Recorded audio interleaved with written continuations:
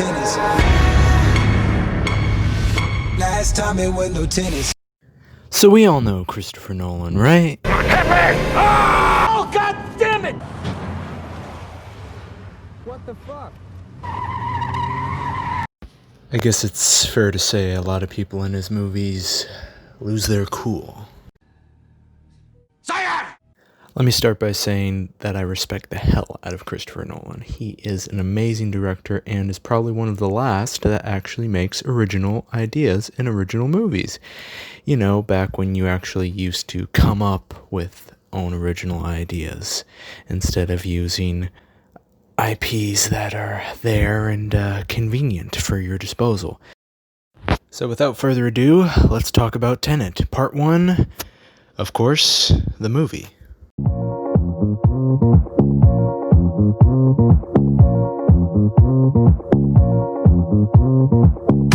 So, I'm gonna try and see if I can explain this in a way that's not gonna spoil the movie, but also in a way that makes sense. So, let's start at the beginning. So, we're introduced to John David Washington, son of Denzel Washington, who is our protagonist. And that's also literally his name.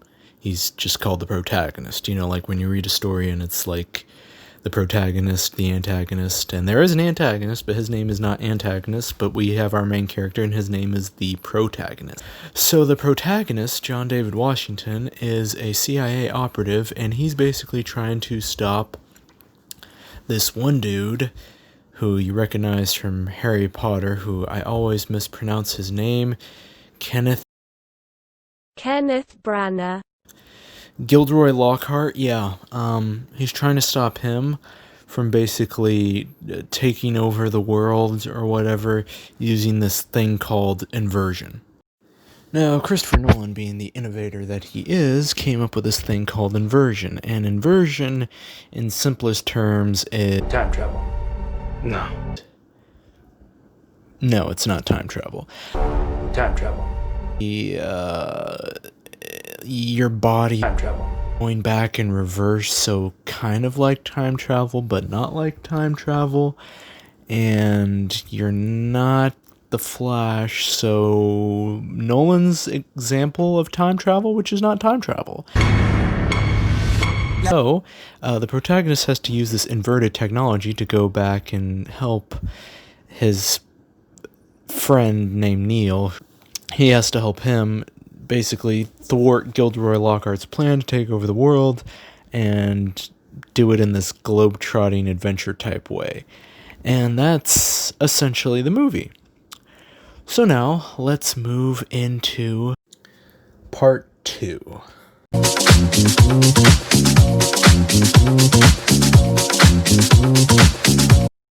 Now, when it comes to gripes with a Christopher Nolan movie, I'm kind of biased for the main reason that, you know, I like the director, I respect him, I don't want to look at the flaws, but then again, they're there. And I'm not saying that he's a perfect director completely, I mean, no director is. One of the main gripes has to be with the story. The story is confusing and is going to definitely take more than one watch. I mean, Inception was like that, Memento was like that. Almost all of his movies make you think, and I think that's the reason that you come back to them, and it's the rewatchability with them. You have to go back and you got to think about what you saw and how you're going to think about it the next time you watch it. The other thing this movie has, and it's probably not the first time he's gone through this issue, specifically The Dark Knight Rises comes to mind when I think about this, especially with the Bane voice.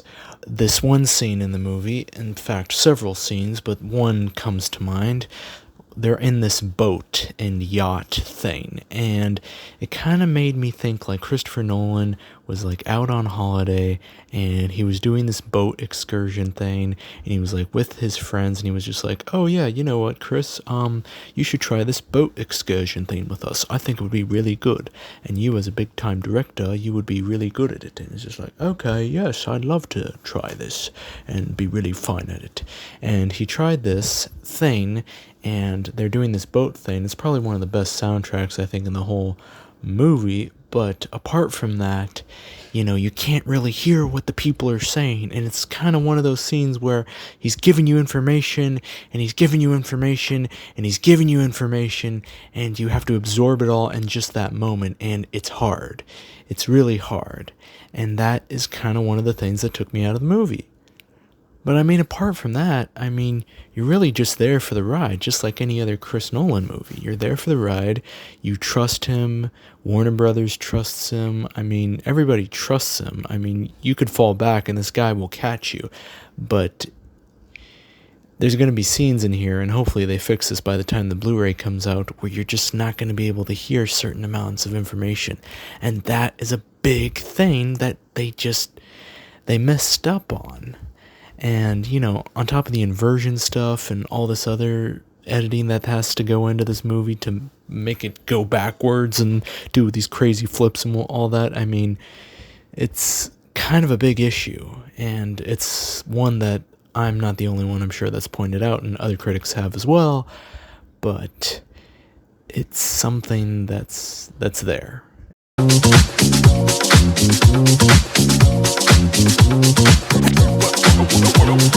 So, in summary, Tenet is maybe not my favorite Christopher Nolan movie, but is it a good time at the theaters? Absolutely. I count myself as probably one of the lucky few that, in this strange time that we're in, actually was fortunate enough to go and see Tenet. And I'm excited that Christopher Nolan was able to release it, that we got to see it. It was probably, I think, the only major movie that I saw in theaters this year, which is saying something. I really recommend everyone else go and see it and support the movie. So, go give it a shot when it comes out on Blu-ray on December 15th. Buy it, go see it with a friend, really immerse yourself.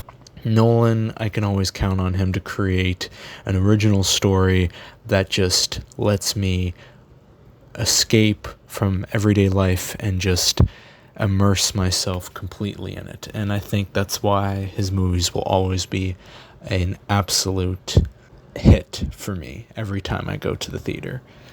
So make sure that you like and subscribe to the channel, checking out any of my other tribute videos or reviews, and who knows, maybe this might be the first of many other reviews, depending on whether or not movies come back. Fingers crossed on that, but this is Film Scorn coming at you, and adios.